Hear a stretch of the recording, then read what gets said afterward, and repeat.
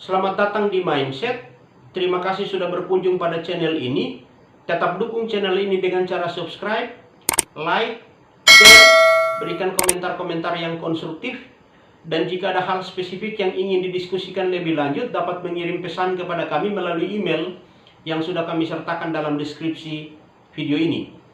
Nah, saat ini saya akan membahas secara sepintas soal perjanjian pinjam-meminjam.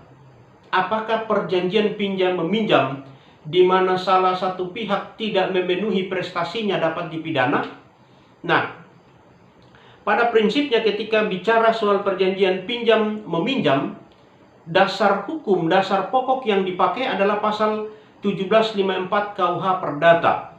Dalam pasal tersebut disebutkan bahwa perjanjian pinjam-meminjam adalah suatu perjanjian dengan mana pihak yang satu memberikan kepada pihak yang lain sejumlah barang tertentu, barang-barang yang menghabiskan karena pemakaian, dengan syarat bahwa pihak yang terakhir ini akan mengembalikan sejumlah yang sama dari jenis dan mutu yang sama pula. Nah, dari definisi inilah yang kemudian membedakan perjanjian pinjam-meminjam dengan perjanjian pinjam pakai.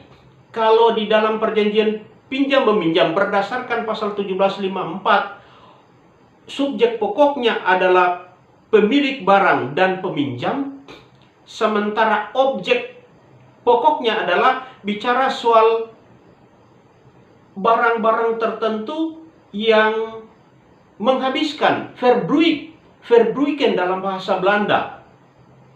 Maksudnya, kalau di dalam perjanjian pinjam pakai hanya terjadi terhadap objek-objek yang tidak habis pakai. Orang menguasai barang itu dalam perjanjian pinjam pakai adalah orang-orang yang tidak boleh memiliki barang itu. Dia hanya menikmati manfaat dari objek itu.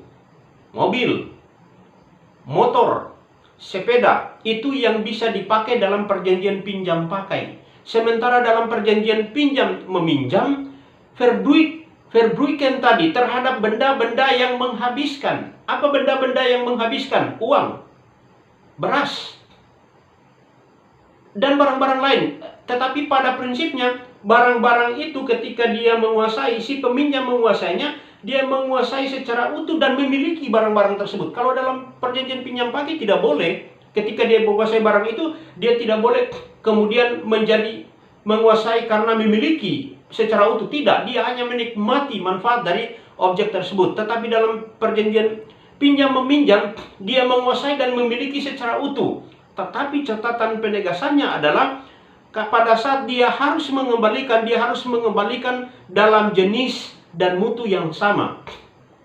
Jadi kalau misalnya dia meminjam beras 1 kilo dengan merek A, maka pada saat proses pengembalian juga dia harus mengembalikan dalam jumlah yang sama 1 kilo dengan mutu yang sama pula dari merek A. Tidak boleh tidak. Lalu resiko pokok.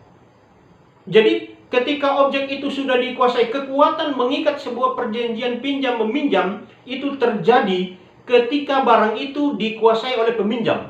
Ketika diserahkan oleh pemilik barang. Ketika barang itu sudah ada pada peminjam, kekuatan mengikatnya dimulai dari sana.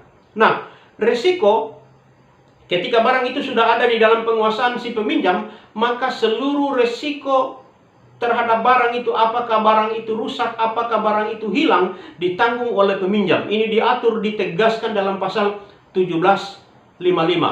Nah, pertanyaan yang sering kita temui adalah, apakah perjanjian pinjam-meminjam di mana salah satu pihak tidak memenuhi prestasinya dapat dipidana?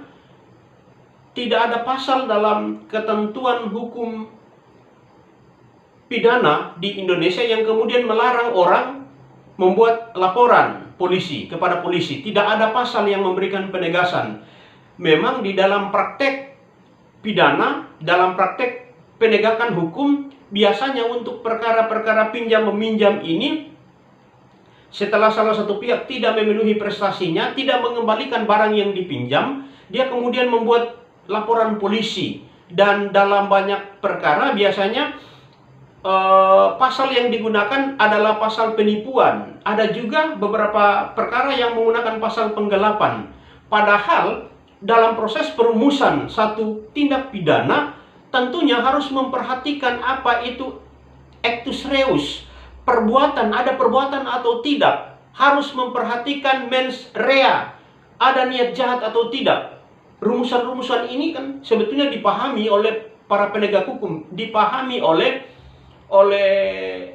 orang yang berkecimpung dalam dunia hukum. Apalagi kalau kemudian mahasiswa yang kuliah dalam program studi ilmu hukum tahu betul soal bagaimana satu perbuatan itu dapat dipidana, dapat dimintai pertanggungjawaban. Jadi pada pokoknya ketika ada perkara pinjam meminjam, wewenang untuk kemudian menempatkan perbuatan itu adalah merupakan perbuatan pidana adalah kepolisian. Dapat melakukan proses laporan, pengaduan ke pihak kepolisian. Nanti kemudian pihak kepolisian yang menentukan menggunakan proses perumusan pasal mana. Apakah pasal penipuan, apakah pasal penggelapan, atau rasio pasal mana yang paling tepat. Karena ketika bicara soal perjanjian pinjam meminjam, bicara soal perbuatan hukum perdata didasarkan atas rumusan kesepakatan sah. Dua-duanya ada dalam posisi yang sah, dua-duanya memenuhi pasal 1320. Tidak ada mens rea di sana, tidak ada niat jahat, tidak ada actus reus, adanya satu perbuatan. Tetapi kemudian untuk dapat dimintai pertanggungjawaban, wewenang pokok ada di kepolisian.